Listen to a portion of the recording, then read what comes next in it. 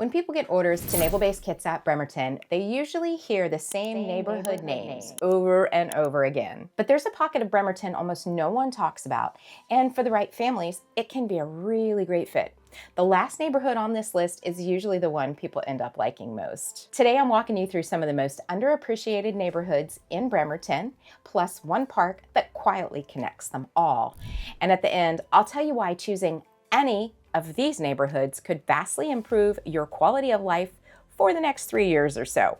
I've got the juice. My husband Jason and I PCS'd here about 5 years ago, and today we help fellow military families move all over the Kitsap area. What surprises most of our clients that relocate to Kitsap is how different these areas feel once they actually drive through them.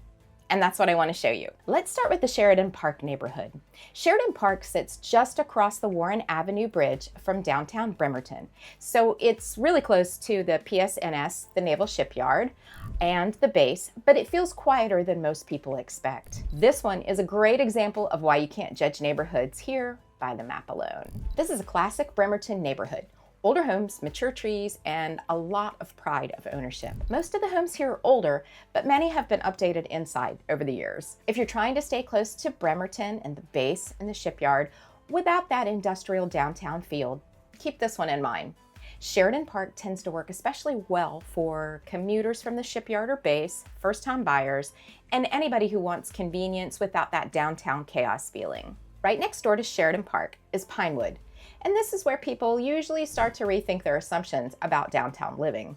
Pinewood feels really tucked away, but you're still close to schools, shopping, Amenity, and yes, the base and the shipyard, super close. And wait until you see the range of homes you can find here. We just closed a home in Pinewood, so let me show you what's kind of a typical home there. So I thought we'd take a look at a few homes that are indicative of the ones that you might find in the area.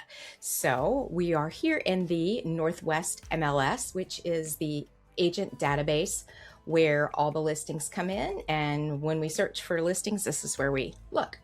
So just to give you an idea of where we are on the map. So here we are, and wanted to kind of show you some recent homes that have been sold there in the area and kind of what they're like. So this one was on Jack Pine. This wasn't actually an unlisted sale, but it was $462. It was a 4-bedroom, 1969 built, 2,100 square feet. So quite a good size house. Here's one also in Pinecone. And this was a seller representation. So this one actually was sold unlisted too. This home was a 3-bedroom, 1965 build, 1,822 square feet. And then here's one that's got more photos that you can kind of see the inside. But this one on Pinecone, good sized backyard. Looks like some original floor hardwoods there. So you've got some vintage style, more of a 60s look. There's definitely some 60s vinyl there, but that's okay. Something to work with. A lot of space. Original hardwood floors. Good sized bathrooms. So this kind of gives you an idea of what the homes around Pinewood might look like. You'll find smaller ramblers, larger lots, and a mix of layouts that give buyers more flexibility than they might expect. This is one of those neighborhoods people skip and then wish they hadn't. One of the reasons this whole pocket of neighborhoods works so well is Blueberry Park. This is the piece that really ties Sheridan Park and Pinewood together. Blueberry Park sits right between them, and it's a big quality of life bonus for families living in the area in Bremerton. For a lot of families, this becomes the place where kids ride bikes, dogs enjoy their walks, and weekends just kind of slow down. This park is a big reason people don't want to leave once they move into the area. There's one more thing in this pocket of homes that people don't realize. This is especially important if you're planning to stay here for more than a couple of years. Armin Jahr Elementary School is currently being rebuilt. So even if you don't have school-age kids yet, updated school infrastructure tends to support long-term neighborhood stability and resale. So that's a great thing. This is one of those details that doesn't show up on Zillow, but it absolutely matters to families. So last up is Parkwood, and this neighborhood surprises a lot of people.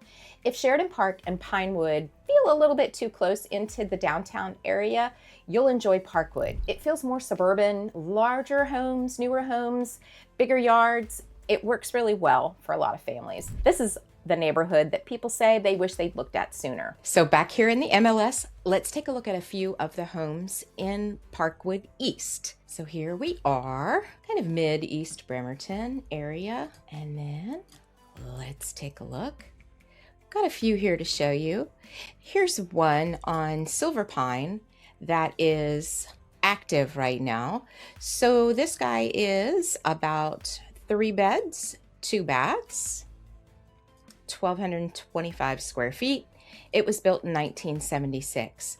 So you can tell this one's had some updates. New kitchen, primary bedroom. Now some of these are virtual staged and some of them are actual staging. There's the backyard, good sized backyard. So this is the one that right now is active on Silver Pine. And that one is active at 475. Let's take a look. Let's see, there's this one here on Silver Pine. So this one was recently sold. It is a 3-bed, 1 3/4 bath. So a ranch. It has had some updates, some nice new paint, good sized kitchen, but still you do see some vintage touches here and there. Updated bathroom. There's the garage. Decent sized backyard. Nice place to play and have pups to run around. So that one is one on Silver Pine. It was sold at 446. Another one that was an unlisted home that was sold recently at 460.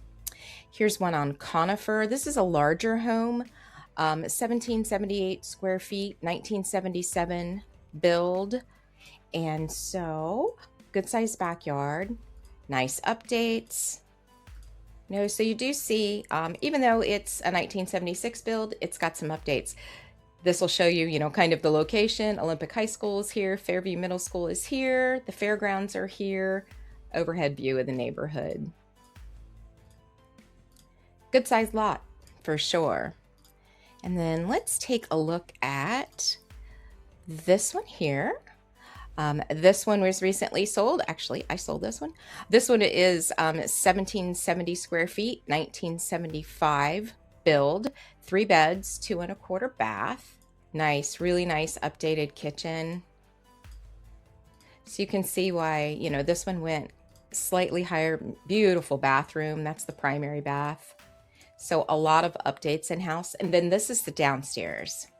So some of these have, some of these split levels have great downstairs and a lot of living space.